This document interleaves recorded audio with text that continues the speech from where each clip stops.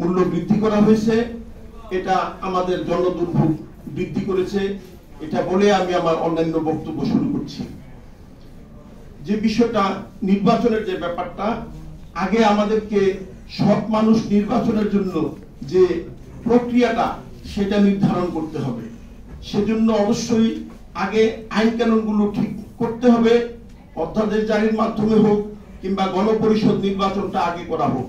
গণপরিষদ নির্বাচনটা আগে করা হলে সেই গণপরিষদের মাধ্যমে দেশের আইন কানুন, সংবিধান সংশোধন কিংবা যে কোনো পরিবর্তনের ব্যাপারে একটা অগ্রণী ভূমিকা পালন করতে পারে। এই গণপরিষদ নির্বাচনের মাধ্যমে আমরা অবশ্যই আমরা জনপ্রতিনিধি কিরূপ হবে এবং তার কি যোগ্যতা থাকবে, তার কি করণীয় থাকবে, জনগণের প্রতি তার কি কর্তব্য থাকবে এবং সাধারণ মানুষের কি অধিকার থাকবে, সেই সমস্ত কিছুই এই গণপরিষদ নির্বাচনের যারা নির্বাচিত প্রতিনিধি হবে তারা সেটা নির্ধারণ করবে এবং বাংলার মানুষ সেটাকে অনুসরণ করবে। আরেকটা ব্যাপার যে প্রশাসক অথবা কিছুদিন আগে যে একটা অধ্যাদেশ জারি করা হলো, সচিবালয়ে অস্থিরতা সৃষ্টি হয়েছে, এটা অত্যন্ত দুঃখজনক। কারণ যে বাংলাদেশ সৃষ্টি হয়েছে সাম্য এবং ন্যায্যতার উপরে ভিত্তি করে, যে মানুষের অধিকার সেই অনুযায়ী যে অধিকার, যে অধ্যাদেশ জারি হওয়ার কথা যে সকল মানুষের সমান অধিকার, সকল মানুষের দায়িত্ব যারা পালন করবে তারা হবে সরকারি কর্মকর্তা কর্মচারী।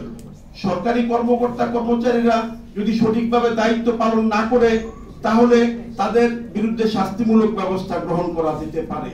এবং যেহেতু তারা সরকার জনগণের দেয়া ট্যাক্সের কারণে সমস্ত সরকারি ব্যক্তিত্ব কিংবা আধা সরকারি ব্যক্তিত্ব তাদের যে বেতন ভাতা উপভোগ করে, সেটা অবশ্যই নাগরিকদের দায়িত্ব পালন করার বিনিময়ে তারা সেটা ভোগ করবে এবং এই ক্ষেত্রে তারা শুধু তাদের সুযোগ সুবিধা ভোগ করবে। শুধু তাই নয়, তাদের কর্তব্যটা পালন না করলে কি শাস্তিমূলক ব্যবস্থা গ্রহণ করা হতে পারে সেটাই তো নির্ধারিত হবে। যে প্রকৃতপক্ষে দেশের আইন কানুন, দেশের মানুষের অধিকার মর্যাদা এবং অধিকার রক্ষার জন্য যে আইন কানুন সেটাই সৃষ্টি করতে হবে এবং সেটা গণপরিষদ নির্বাচনের মাধ্যমে নির্বাচিত প্রতিনিধিরাই সেটা নির্ধারণ করবে। আমাদের দেশে যে জনদুর্ভোগ আমরা যদি দেখি, কৃষকরা সে তাদের ঠিকমতো সেচের সুবিধা যদি না পায়, কৃষকরা যদি তাদের বন্যা বন্ধ করার জন্য ঠিকমতো বাঁধ তৈরি করা না হয় তাহলে তাদের একটা জনদুর্ভোগ হয় এবং এই জনদুর্ভোগের, এই কৃষকদের যে দুর্ভোগ, সেই দুর্ভোগটা কিন্তু সরকারের একটা বড় দায়িত্ব। কারণ নদীমাতৃক আমাদের এই বাংলাদেশ, আমাদের এই বাংলাদেশে যখন দেখা যাচ্ছে যে বাঁধ উঠিয়ে পানি পড়ছে, পানি বাড়িঘর, গরু ছাগল হাঁস মুরগি ভাসিয়ে নিয়ে যাচ্ছে, সেটা যে জনদুর্ভোগ, সেটার জন্য অবশ্যই যিনি কৃষি মন্ত্রী থাকেন, যিনি ভূমিমন্ত্রী থাকেন, যিনি নৌ পরিবহন মন্ত্রী থাকেন বা নৌবাহিনীর লোকজনও এই ক্ষেত্রে একটা বড় ভূমিকা পালন করতে পারে।